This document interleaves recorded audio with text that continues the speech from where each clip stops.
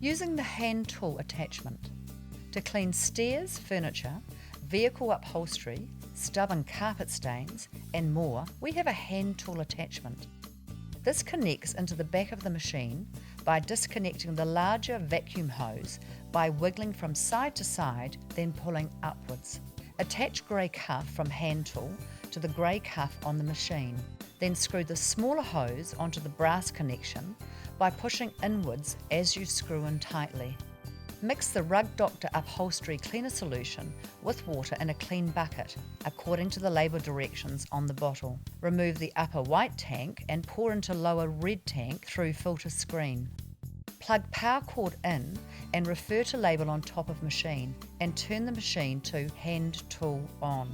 Working at a steady pace, begin cleaning by squeezing hand tool lever as you pull the tool over the fabric.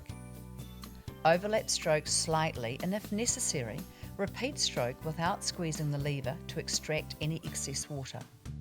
When cleaning vertically, use the hand tool in an upwards motion. When cleaning is complete, empty any remaining solution by holding the hand tool over a sink and squeezing the lever until the water stops running out, then turn the machine off.